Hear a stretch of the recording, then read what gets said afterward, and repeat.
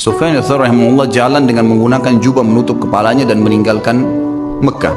Sampai jalan menuju ke Yaman. Selama 3 bulan perjalanan kaki sampai di Yaman, kemudian dia tiba di sebuah kebun kurma.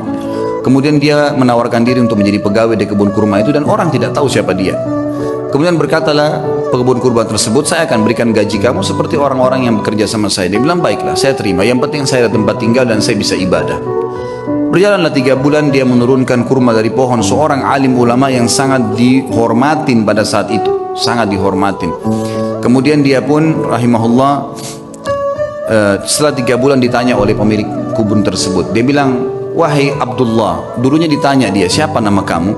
Dia bilang, saya Abdullah. Dia tidak dusta. Dia bukan tujuan dusta. Dia mengatakan saya Abdullah, maksudnya saya adalah hamba Allah. Gitu kan? Karena dalam bahasa Arab begitu. Kalau dia sebut namanya, dia ditangkap oleh khalifah. Dia tidak mengatakan nama saya, dia mengatakan saya adalah hamba Allah. Gitu kan? Bahasa Arabnya ana Abdullah. Pokoknya pemilik kebun menangkap namanya Abdullah. Dipanggil, wahai Abdullah, kesinilah. Datanglah Sufyan rahimahullah, lalu ditanya, apa perbedaan antara kurma kami dengan kurma kalian?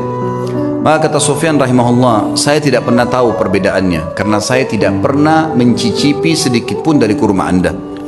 Maka kata pemilik kebunnya, apakah kamu ini tinggal 3 bulan di kebun saya, turunkan kurma, sortir tiap hari, gak pernah kamu makan 1 butir pun?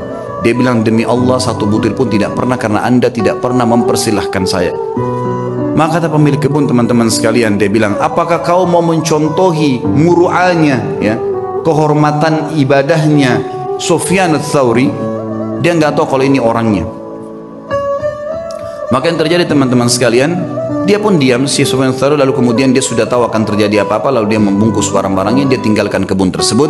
Ternyata pemilik kebun ini sudah mendengar berita kalau Amir Mukminin waktu itu menyuruh menangkap Sufyan ats-Tsauri secara paksa. Siapapun yang menangkapnya akan dikasih 1 peti emas. Disebarkan berita, tangkap Sufyan ats-Tsauri, hidup atau mati.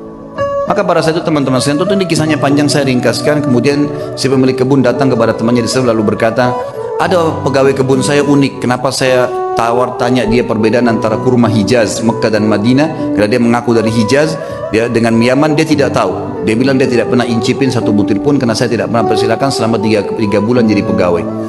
Maka temannya mengatakan, sebentar, ya, bagaimana cirinya pegawai itu? Disebutkan cirinya seperti ini. Kata dia, itulah Sufyan ats-Tsauri. Kita kejar dia, tangkap, kita berikan kepada Amir Mukminin, ambil 1 peti emasnya. Waktu mereka kembali ke kebun sudah tidak ditemukan. Sufyan ats-Tsauri sudah kembali ke Mekah.